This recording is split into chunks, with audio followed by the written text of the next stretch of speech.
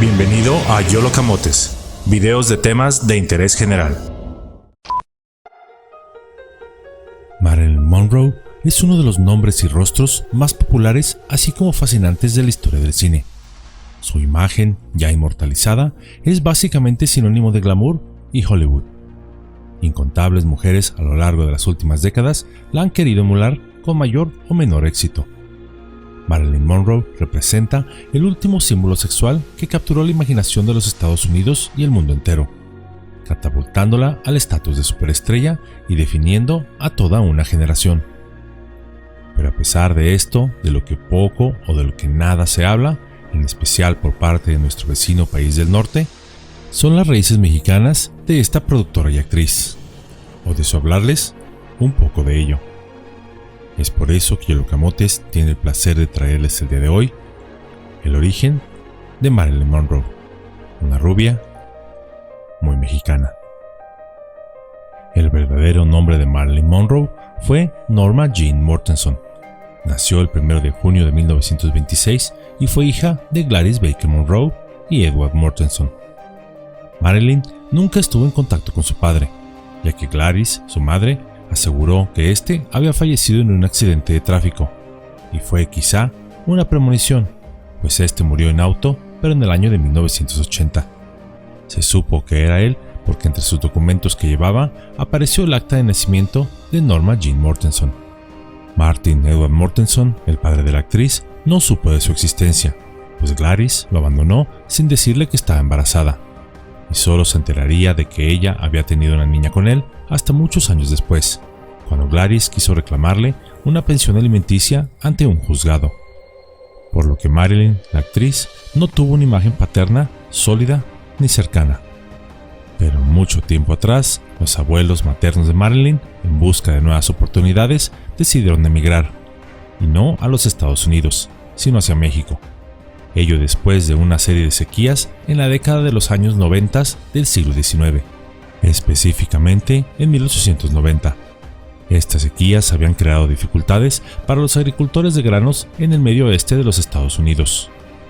Oris Elman Monroe y su esposa Della Mae Hogan, abuelos de Marilyn Monroe, se establecieron en la ciudad fronteriza de Porfirio Díaz, hoy conocida como Piedras Negras. La familia rápidamente se acostumbró a la vida del norte de México en la ganadería y la agricultura. La tradición vaquera mexicana, que evolucionó en el siglo XIX y se convirtió en el origen del vaquero estadounidense, les era familiar. Gracias a esto, la familia Monroe prosperó en la ciudad y construyeron vidas dignas para ellos, abrazando tranquilamente la cultura fronteriza mexicana. Gladys Pearl, madre de Marilyn, nació en el año de 1902 y su hermana Marion 3 años después. Gladys Pearl y Marion crecieron hablando inglés y español, totalmente asimiladas en la vida norteña mexicana a lo largo de la frontera. Gladys, mexicana de nacimiento, desafortunadamente desde temprana edad sería diagnosticada con esquizofrenia paranoica, por lo que la relación de ella con su futura hija Marilyn estaría marcada por la tragedia. El 13 de junio de 1926, Gladys Baker, ya con 24 años, llevaría a su hija Norma Jean Mortenson, tan solo de 2 semanas de edad, futura Marilyn Monroe, a la casa para padres adoptivos temporales en Hawthorne, California. Ahí comenzaría una larga historia de encuentros y desencuentros, pues mientras Gladys luchaba con su enfermedad, al mismo tiempo albergaba la ilusión de cargarse en el futuro de su hija. Tuvo 2 hijos más, Robert y Bernice. El primero se quedaría con su padre y moriría muy joven a causa de un problema renal. Bernice, en cambio, lograría mantener una buena relación con su hermana Marilyn. En algún punto de su ascendente carrera, Norma decidió utilizar un nombre artístico, Marilyn Monroe, y en medio de este glamour decidiría también volverse huérfana ante la opinión pública. Pero aproximadamente en el año de 1952 y en la cúspide de su carrera, un reportero decidió investigar su vida, encontrando que no era huérfana, que sí tenía padres y que además su madre padecía de sus facultades mentales. La historia verdadera saldría a la luz.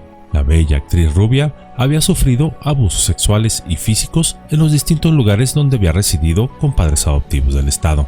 Su madre, sabiendo de esto, había intentado rescatarla de estos lugares, a los que ella misma había cedido cuando Marilyn era tan solo un bebé, intentándolo una y otra vez, a veces de manera legal y otras no tan legal, hasta que Marilyn tuvo 7 años de edad. Sus padres adoptivos, además de abusar de ella física y sexualmente, la golpeaban y discriminaban con frases racistas, al decirle que no era más que una perra mexicana, ya que su madre había nacido en México, no obstante que los abuelos de Marilyn eran estadounidenses. Estas y otras lúgubres vivencias salieron a la luz, en las que la constante eran la histeria, el dolor, la confusión y el desconcierto.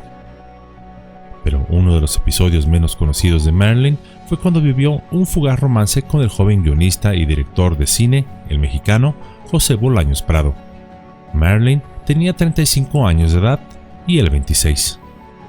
En una ocasión que viajó a México para comprar muebles para su nuevo hogar, en un bazar de la Ciudad de México, no solo encontraría el mueble que buscaba, sino además el amor, pues ahí conocería a José Bolaños, un joven productor y escritor.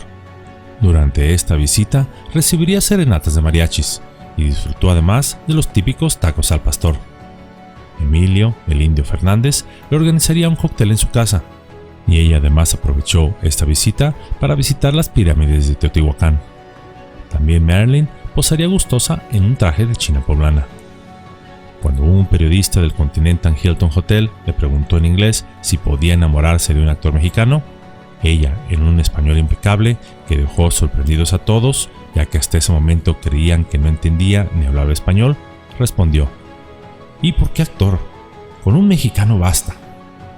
José Bolaños y la rubia dorada tuvieron una loca aventura amorosa, huyendo a Acapulco cuando Acapulco era un lugar muy distinto al de hoy en día, donde en lugar de ser frecuentado por personajes de baja reputación y el crimen organizado, era un sitio visitado por personajes y parejas glamorosas de aquella época, como Elvis Presley, Elizabeth Taylor y Richard Burton, entre otras más. Bolaños, enamorado, viajaría a Los Ángeles para acompañar a la ceremonia de los Golden Globe de 1962. Los chismes de Hollywood no se hicieron esperar, hablando sobre este amante latino. Pero José, aunque amado también por Marilyn, tenía algo que no le gustaba al gobierno de los Estados Unidos, y esto eran sus nexos con el Partido Comunista Mexicano, así como también comunistas españoles. Aquellos tiempos eran delicados, la Guerra Fría estaba en su apogeo. Además, dado los lazos políticos y afectuosos que Marilyn tenía con las más altas esferas estadounidenses, en especial con John F. Kennedy, en aquel entonces presidente de los Estados Unidos, Marilyn era vigilada constantemente. Incluso sus conversaciones telefónicas fueron objeto de espionaje por parte de los servicios secretos estadounidenses, temerosos de que pudiera decir algo que ayudara a los enemigos de aquel país. Incluso se dice que el producto de este espionaje fueron pieza clave para el supuesto suicidio que terminaría con la vida de Marilyn. En una muy rara entrevista que José Bolaños dio años después, en la cual aún se le veía visiblemente entristecido, declaró: «Una noche antes de que Marilyn se fuera, me llamó por teléfono para decirme que estaba cansada, que no podía más, que al siguiente día tomaría un avión y se iría definitivamente de los Estados Unidos, para así estar los dos juntos, lejos de todo, de chismes, de intrigas, de un mundo falso, además de que había muchas cosas que quería decirme, pero que no podía hacerlo por teléfono. Yo hasta el día de hoy no creo lo que dicen de que mi Marilyn se haya quitado la vida, y más cuando ella tenía tanta pasión por la vida». Cierro la cita. Discretamente, Marilyn trataría de recordar su herencia mexicana, la cual mantuvo en secreto del público por muchos años. Ella hablaba español, aunque no de manera fluida. En sus múltiples viajes a nuestro país se hacía pasar como que no lo hablaba, pero lo entendía casi perfectamente. Eran tiempos en los cuales el racismo en Hollywood era muy marcado, y los mexicanos que ahí intentaban incursionar lo hacían tan solo en pequeños papeles secundarios, por lo que bajo el consejo de su manejador artístico, ella ocultó esta parte de su herencia latina. Esta omisión, de la cual ella no estaba de acuerdo, le ayudaría a conseguir convertirse en el ícono que recordamos hoy. Marilyn, más tarde en su carrera, cansada de tener que aparentar lo que no era, crearía su propia compañía productora, la cual le permitiría hacerse cargo de su propia carrera, así como de su imagen, ello sin tener que esconderse de nada ni de nadie. Incluso ella se sentía tan cómoda en México que en el año de 1961 Marilyn presentaría una demanda de divorcio de su entonces esposo Arthur Miller ante un juzgado en Ciudad Juárez. Fue a partir de ese momento que ella comenzaría a abrirse más a su herencia mexicana, viajando constantemente a México, especialmente a Baja California y Ciudad Juárez, donde acompañada de Frank Sinatra y Dean Martin se les veía en varias cantinas de aquellas localidades pasando un rato muy agradable. Marilyn, cuando estaba en México, literalmente se sentía como en su casa. Incluso llegó a visitar a Luis Buñuel en el cel del Ángel Exterminador, y donde ahí conocería a Silvia Pinal. Marilyn Monroe, a pesar de no haber nacido en México, abrazó fuertemente su ancestraje, pasando una gran parte del tiempo en territorio mexicano, y dejando de ser, en cierto modo, una turista para reclamar su herencia mexicana. Y tal vez lo hubiera hecho de manera más abierta, de no haber muerto tan trágicamente el 4 de agosto de 1962 a los 36 años de edad, cuando supuestamente se quitaría por sí sola la vida. En esto último tan solo podemos especular, pues incluso los detectives a cargo del caso años después declararían varias importantes inconsistencias en el supuesto suicidio, así como el forense que realizó la autopsia del cuerpo de Marilyn declaró que tenía varios hematomas consistentes con una manipulación forzosa del cuerpo, y en especial una herida de jeringa. Incluso su estómago no presentaba ninguno de los barbitúricos que decían se había tomado para suicidarse, pero sí una gran cantidad de estos se encontraban directamente en su intestino. Pero eso sí, sin ninguna clase de cápsula por ninguna parte, por lo que sería una tarea un tanto larga y engorrosa para alguien que se quiera quitar la vida el vaciar el contenido de 200 pastillas, de una por una, y desapareciendo las cápsulas para jamás ser encontradas, para después aplicarse a sí misma un enema con el contenido químico de las cápsulas. Ello sin contar que su habitación, aunque contaba con baño, estaba en reparación, y no había agua en el mismo.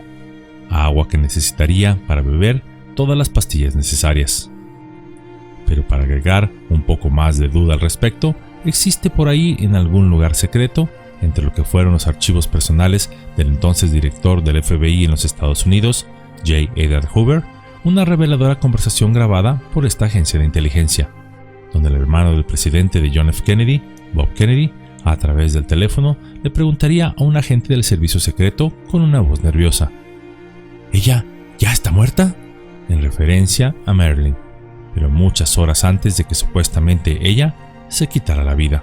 Algunos incluso especulan que el asesinato de Bob Kennedy, años más tarde, era también en represalia y para que se alivianara por haber sido uno de los autores intelectuales en el suicidio forzoso de Marilyn, y no tanto por su afiliación política. El porqué de su suicidio o muerte voluntariamente a fuerzas, hay muchas teorías, desde que conocía secretos de Estado que podría haber revelado, otros que por depresión, y hasta que fue en venganza por haber abortado al hijo de Bob Kennedy. Tan solo podemos especular. Si tuviésemos una máquina del tiempo, quizá podríamos corroborar que en efecto Marilyn no se quitó la vida por sí sola. Pero bueno, no lo tenemos. Está en mantenimiento, por lo que todo quedaría en una gran especulación. En la última sesión fotográfica en vida de Marilyn, el fotógrafo George Barris tomó sus últimas imágenes de ella en las playas de Malibu. En estas llevaba un suéter hecho en México, el cual había comprado en su viaje a la capital del país a principios de ese año, y de entre todas sus ropas de seda fina, de última moda de los diseñadores más caros y exitosos, esta sencilla prenda hecha en México se había convertido en su más preciada pieza de ropa. Incluso en su lecho de muerte, junto a ella, estaba un cantarito de barro para agua que había traído de México, y del cual ella decía que como ese sabor, no había ninguno que más le gustara. Su casa estaba repleta de muebles y artículos de decoración de origen mexicano.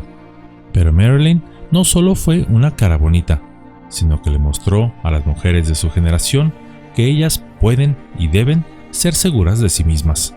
Ella, a lo largo de su carrera, no dejaba que le asignaran papeles de mujer tonta o ingenua, ello debido a su cara bonita, incluso marchándose de la filmación si no era respetada esta condición, rompiendo los estereotipos imperantes en la época donde se creía que una cara hermosa era también sinónimo de no talento.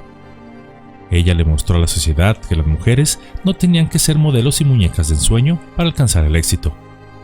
Marilyn también fue una de las primeras defensoras de los derechos civiles, pues cuando en alguna ocasión se enteraba que algún club no quería contratar a un artista afroamericano o de ascendencia hispana, ella misma llamaba a los dueños de los clubes para pedirles, con éxito, que los contrataran. Su vida fue de dolor y sufrimiento, pero también de grandes momentos de felicidad. Y aunque no fue mexicana de nacimiento, a través de sus raíces ancestrales y más importante de corazón, sí lo fue. Descansa en paz, Marilyn Monroe, pues aunque tu acta de nacimiento diga otra cosa, tu alma y tus raíces fueron mexicanas.